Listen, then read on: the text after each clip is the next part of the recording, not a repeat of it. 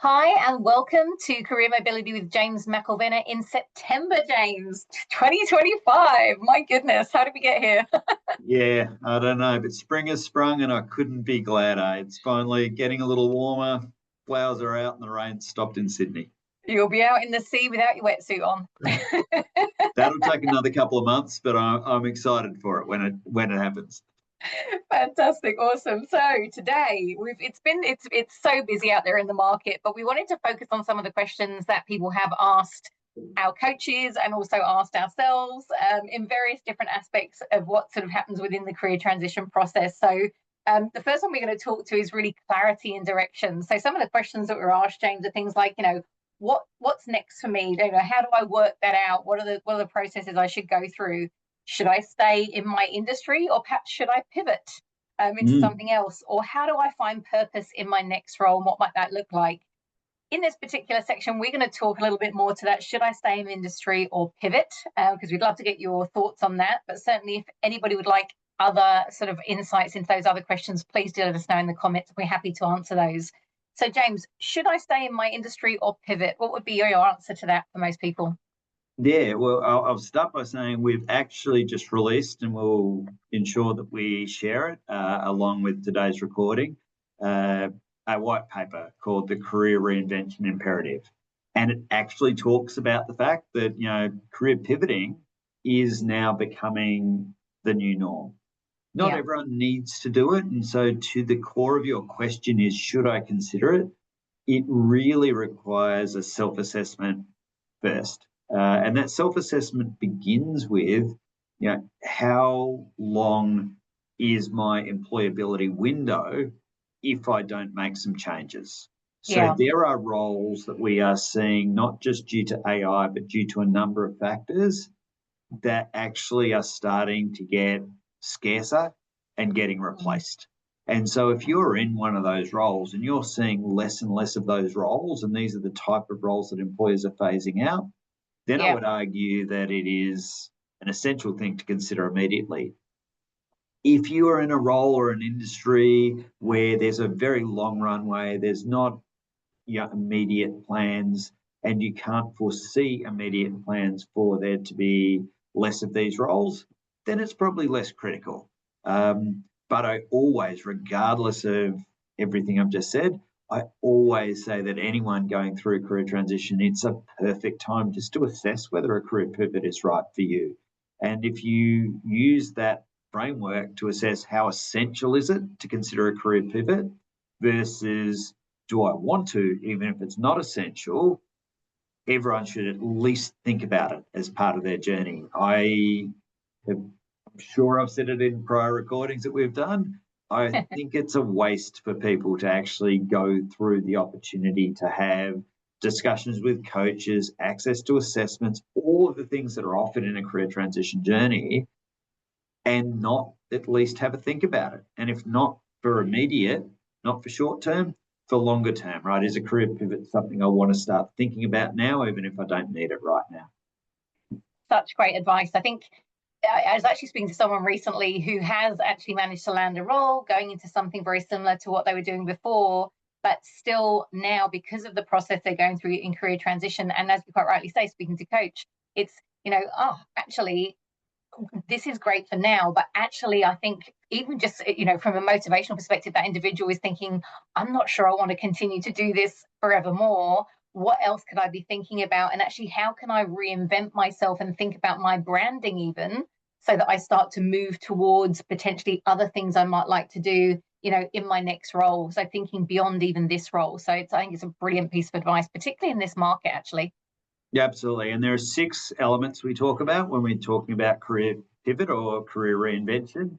The first one of those is start with like a really clear view of your employability. So actually understand your skill set, the market you're in, and get a clear view of your employability. Second is that it's an honest assessment of the market. So where do I sit? I think a lot of people need to have an honest discussion with their coach about ambition and reality of what's coming next. Many people, like everything. There's a spectrum, right? Some people are overly pessimistic, some people are overly optimistic. Having a chance to talk to someone and actually getting a realistic assessment is really important. Yeah. Getting some inspiration to imagine what might be next. So LHH has invested in a tool which we offer to anyone in our placement program called Career Canvas.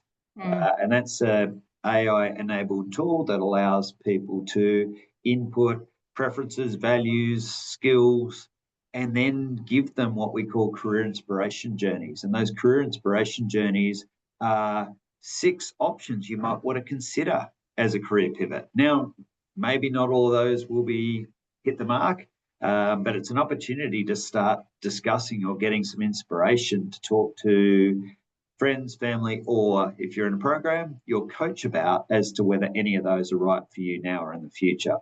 Next one's like having a structured pathway to how you're going to do the pivot. So not just going out there and looking at jobs. If you're career pivoting, it's much more, it needs to be much more structured than that. It needs to have a combination of looking at transferable skills, looking at bridging learning gaps, and then looking at how you're going to articulate your capability to make that pivot, because it is a tougher job search when you're looking at a career pivot than looking at a like-for-like role. Building it really requires building stronger human connections. So people need to get to know you, to trust you, to consider that pivot is a reasonable outcome. So networking is critically important.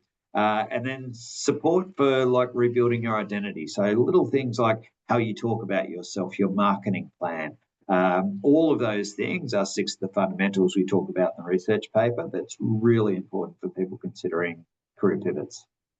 So insightful. We'll make sure that paper is included in the notes as well here. Such great information. So can't wait to share that. Moving on to job search. So we obviously all need job search strategies when we're in career transition. So there's a few key questions that we tend to be asked. Where are the jobs right now? Really important one, and depends again, talking about sector, etc. How can I stand out in this competitive market? For us, we know it's probably one of the most competitive markets we've ever seen. So it's a really fair question right now. What we're going to talk to, though, is networking still the best way to get hired? What are your thoughts on that one, James? First, for the avoidance of any doubt, yes, it absolutely is. And whether it's not the only channel, but networking is critical, whatever the channel, when it comes to how you're going to find your next job. So networking in and of itself can be a source of finding and securing a new role, whether that be your next long-term role, whether that be your next interim or contract role. But networking gives you access to the roles that never ever hit the job boards.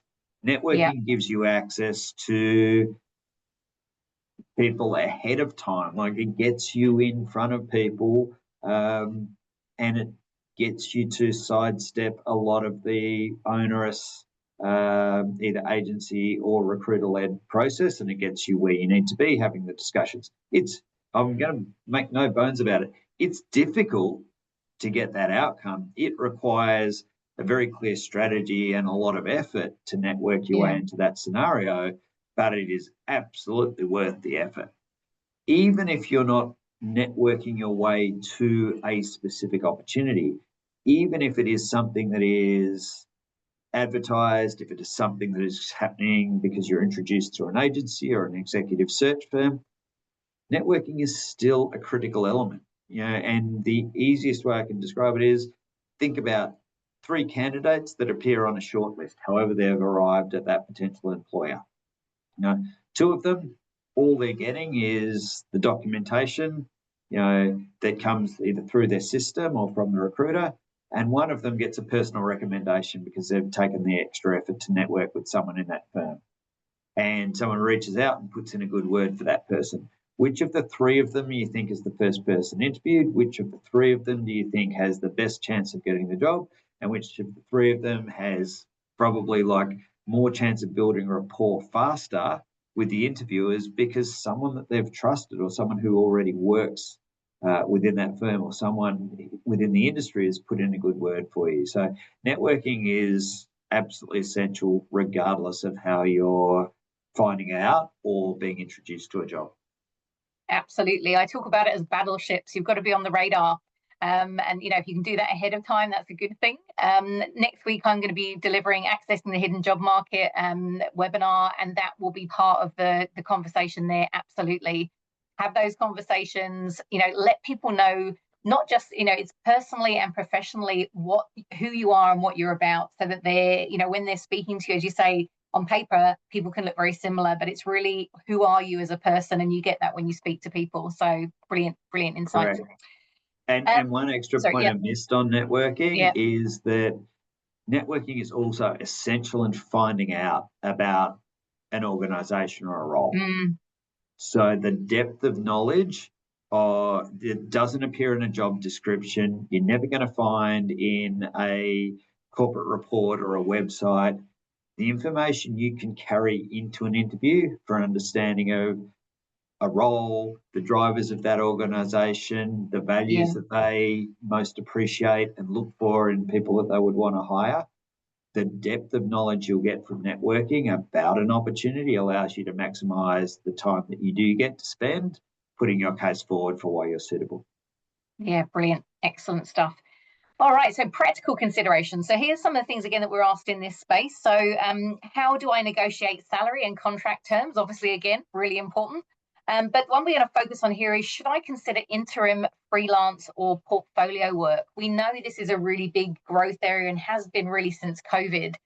What are your thoughts on this one, James, when it comes to practical considerations around how to engage in opportunities within businesses now? It's a little like the networking question. Yes, yes, and yes. And to build that out a little bit further, why? Why should you consider it? And being clear about why you're considering it up front will actually be incredibly helpful, because I think the barrier for most people not wanting to consider it, the people I speak to in transition anyway, is they've got this mindset that, no, the stability of a permanent job is really valuable to me. I don't want the opportunities that I'm caught in an interim assignment, then I'm not available for an amazing full-time role, is one of the other barriers or fears that people have. But the reason why it is so essential, one, it is an amazing way to introduce you. When we talked about earlier the importance of networking, it's an amazing way to introduce you to a whole new network of people. Two, it's skill building. So it is absolutely, there is formal learning people can do, whether they use our Career Studio or access the LinkedIn Learning there, but actually practical application and skill building, interim assignments can be amazing for that. So networking, skill building, but the final thing is, it's actually for a lot of people just a really valuable way to take a little bit of stress and strain off the financial considerations. And I have spoken to countless people who have early in a career transition journey said, oh, look, I don't really think I want to consider it. And then they've evolved their thinking and they have considered it, and then they've done it and they've loved it, and then they've actually turned it into, actually, I've completely changed my mind. Now I'm going to look at building a portfolio career.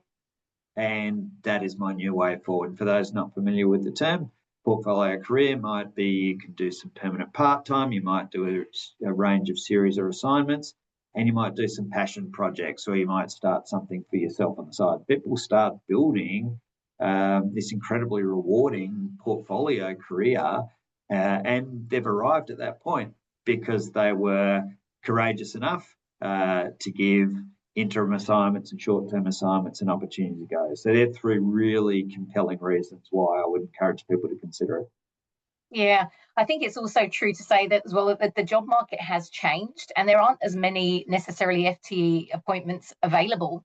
So actually being willing to be flexible, as you quite rightly say, build skills while you're almost testing these cultures and environments that you may not have had the opportunity because they simply don't have the full-time opportunities or permanent opportunities 5 days a week.